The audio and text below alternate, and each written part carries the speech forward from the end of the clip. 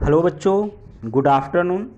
भूगोल विषय के ऑनलाइन क्लास में आप सभी लोगों का स्वागत है।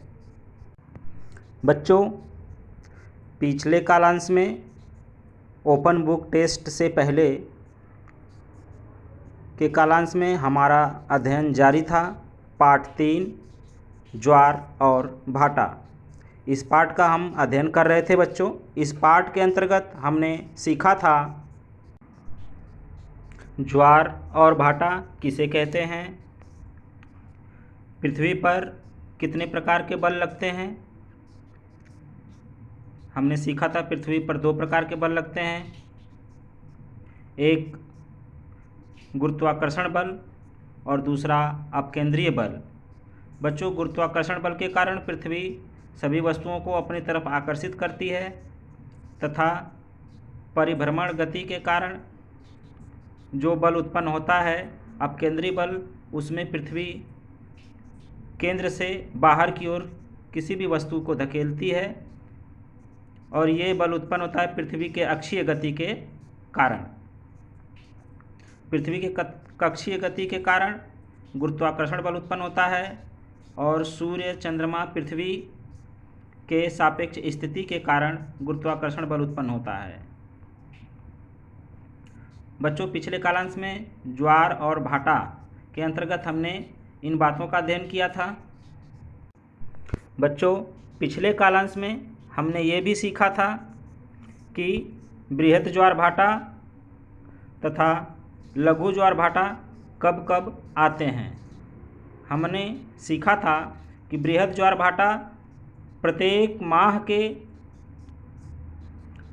पूर्णिमा और अमावस्या के दिन बृहत ज्वार भाटा आता है तथा प्रत्येक माह के कृष्ण पक्ष और शुक्ल पक्ष के अष्टमी के दिन लघु ज्वार भाटा आता है। प्रत्येक माह के कृष्ण पक्ष और शुक्ल पक्ष के अष्टमी के दिन सूर्य, चंद्रमा और पृथ्वी समकोण के स्थिति में होते हैं। ये देखो, इस तरह से सूर्य है, ये पृथ्वी है, फिर ये चंद्रमा है। इन तीनों के बीच में 90 अंश का कोण बन रहा है जिसे हम समकोण भी कहते हैं। तो समकोण यानी कि अष्टमी के दिन लघु ज्वार भाटा आता है और उस समय पृथ्वी, सूर्य, चंद्रमा की स्थिति क्या होती है? समकोण की स्थिति होती है। तथा पूर्णिमा और अमावस्या के दिन क्या होता है? सूर्य, चंद्रमा और पृथ्वी तीनों एक सीध में होते हैं, इसलिए इनमें बल ज़्यादा उत्पन्न होता है, जिसके कारण पानी, समुद्र में जो पानी होते हैं वो ऊपर की ओर खींचे चले आते हैं, यानी कि जल स्तर बढ़ता है बहुत ज़्यादा, तो उसे हम बृहत ज्वार भाटा कहते हैं। बच्चों, आज के कालांश में हम पढ़ेंगे ज्वार का समय प्रतिदिन बदलता रहता है। बच्चों, इस चित्र को आप ध्यान से देखिए। इस चित्र में ये पृथ्वी है और ये चंद्रमा की बदलती हुई स्थितियां हैं।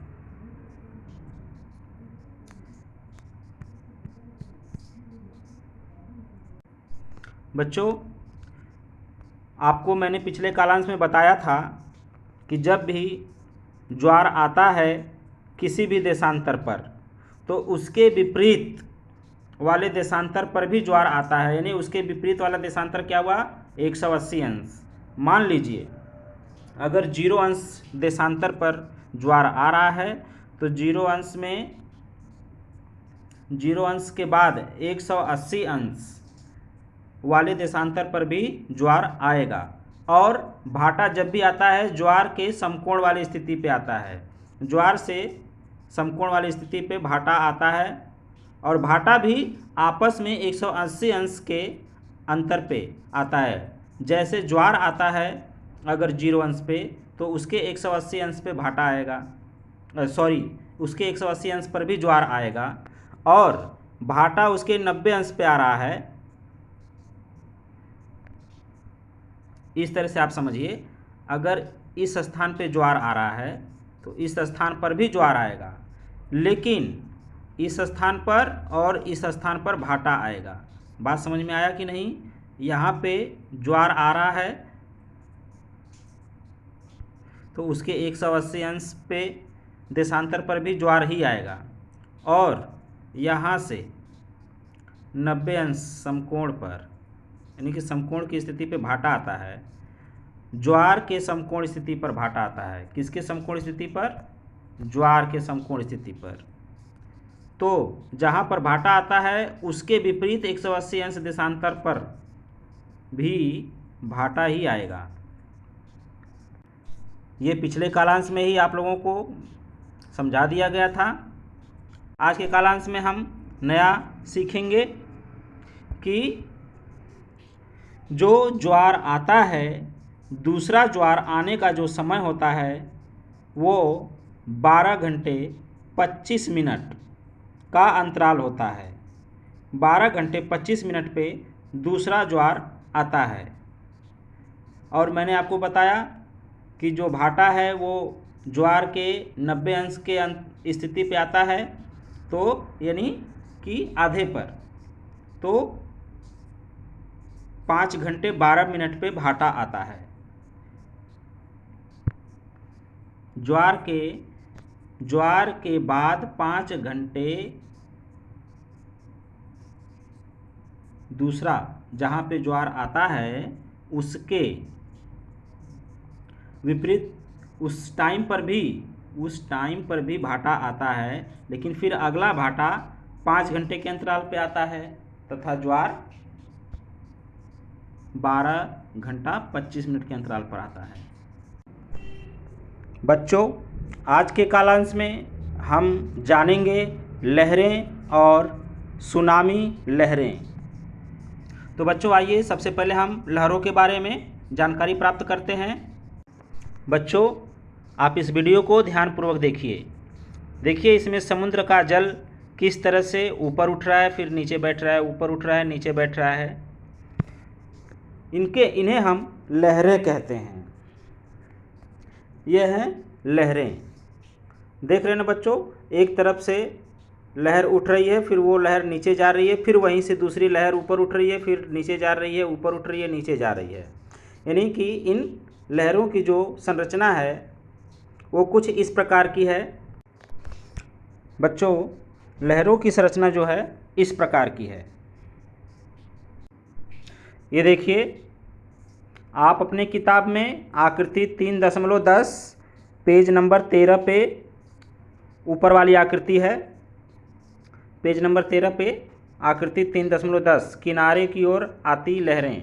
देखिए इस तरह से ये लहरें हैं हमारे बुक में, और मैंने आपको लहरें किस तरह से बनती हैं और शांत होती हैं उसका वीडियो भी मैंने आप लोगों को दिखाया। ये देखिए इस तरह से लहरें। बच्चों, जिस प्रकार गर्म चाय दूध पीते समय यदि आप फूंक मारो तो प्याले की चाय अथवा दूध पे लहरें उठने लगती हैं, देखा है ना। गर्म चाय या गर्म दूध पीते हो तो उसे ठंडा करने के लिए मुंह से फूंक मारते हैं ना, तो फूंक से जो हवा निकलती है उस हवा के कारण दूध में किस तरह की लहरें तरंगे उठती हैं। इसी तरह हवा के मिलने वाले बल, जो हवा है, हवा के मिलने वाले बल के कारण सागर के जल में तरंगों का निर्माण होता है, उनको ही हम लहरें कहते हैं। लहरों के कारण सागर का जल ऊपर नीचे और आगे पीछे होता रहता है। ये देखिए ऊपर नीचे आगे पीछे हो रहा है कि नहीं हो रहा है, ध्यान से देखिए इस वीडियो में। ये लहरें उथले किनारे वाले क्षेत्र में आकर टूट जाती हैं या किनारे आकर ख़त्म हो जाती हैं। आप कभी बीच पे गए होंगे, समुद्र तट के किनारे गए होंगे, तो आपने देखा होगा कि ये लहरें जो आती हैं किनारे दीवार से टकरा कर ख़त्म हो जाती हैं। बच्चों, हवा के कारण सागर जल ऊपर उठ जाता है और उसके सामने निचला भाग बन जाता है। लहर के ऊपर उठे भाग को शीर्ष और निचले भाग को द्रोणी कहते हैं। हवा तेज गति से बहती हो तो विशाल और ऊंची लहरों का निर्माण होता है। शीर्ष और द्रोणी के बीच की खड़ी दूरी लहर की ऊंचाई होती है, तो दो शीर्षों के बीच की लंबाई को हम लहर की लंबाई कहते हैं। देखो बच्चों ध्यान से, हमारा इसमें ये लहर उठी हुई है, यहाँ पे उठी हुई है लहर और यहाँ पर उठी हुई है। तो ये उठे हुए भाग को, इस उठे हुए भाग को हम क्या कहते हैं? शीर्ष। क्या कहते हैं? शीर्ष कहते हैं। प्रत्येक उठे हुए भाग को हम शीर्ष कहते हैं। क्या कहते हैं? शीर्ष।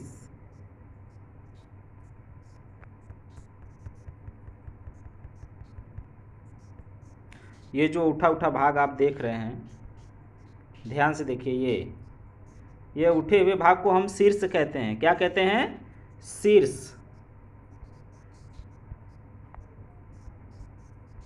शीर्ष।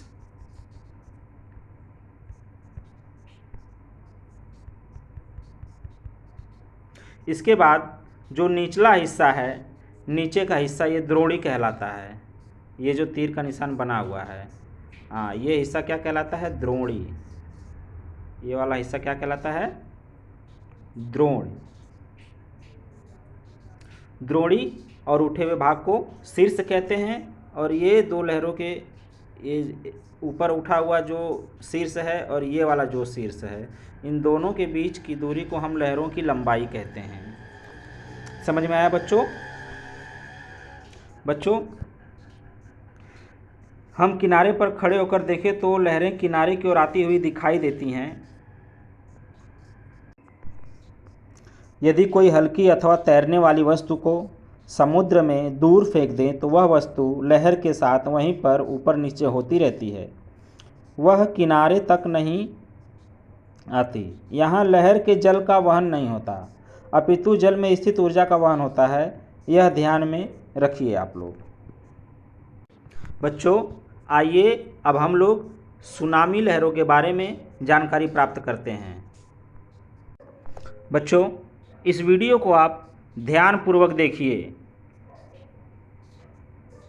देखिए कि किस तरह से यह समुद्र जल का लहर जो है, ये बड़ी लहर है, समुद्र के जल में उठने वाली बहुत बड़ी लहरें, और ये भयानक लहरें हैं जिसके कारण समुद्र के किनारे जो भी बिल्डिंग है, जो भी घर हैं, ये सब विनाश हो जाता है इन सब का। बच्चों लहरों के निर्माण का प्रमुख कारण हवा है, ये तो मैंने आप लोगों को बताया, परंतु कई बार सागर तल में होने वाले भूकंप और ज्वालामुखी के परिणाम स्वरूप भी लहरों का निर्माण होता है, और वे लहरें बहुत ही विनाशकारी होती हैं। कुछ इस तरह से उठती हैं। देखिए ये लहरें जब सागर के तल में क्या आता है, भूकंप आता है या ज्वालामुखी का उद्गार होता है, तब इस प्रकार की लहरों का निर्माण होता है। इस तरह देखिए समुद्र के नीचे ये ज्वालामुखी फूट रहा है, देख रहे हैं कि नहीं देख रहे हैं ध्यान से। ऐसी लहरों की ऊंचाई उथले किनारे पर महाकाय होती है। महाकाय यानी विशाल होती है किनारे पर, जो कि किनारे के जो भी घर बिल्डिंग रहने वाले लोग होते हैं उन सब का नाश हो जाता है। ये लहरें अत्यंत विनाशक होती हैं। इससे बड़ी मात्रा में जन और धन की हानि होती है। इन लहरों को हम सुनामी लहरें कहते हैं। क्या कहते हैं बच्चों? इन लहरों को हम सुनामी लहरें कहते हैं। बच्चों 2004 में सुमात्रा और इंडोनेशिया द्वीप के समीप हुए भूकंप के कारण प्रचंड और महाकाय सुनामी लहरें उत्पन्न हुई थीं। उन लहरों का आघात भारत के पूर्वी तट और श्रीलंका को पहुंचा था। लहरों के कारण समुद्र में समाविष्ट तटीय क्षेत्र का क्षरण हो जाता है, तो खाड़ी जैसे सुरक्षित भाग में बालू का संचयन होकर पुलिन का निर्माण होता है। आशा करता हूँ बच्चों ये पाठ आप लोगों को समझ में आया होगा। अभी हमारा ये पाठ पढ़ के ख़त्म हो गया है। आज ही हम इस पाठ का स्वाध्याय कार्य भी करेंगे। धन्यवाद।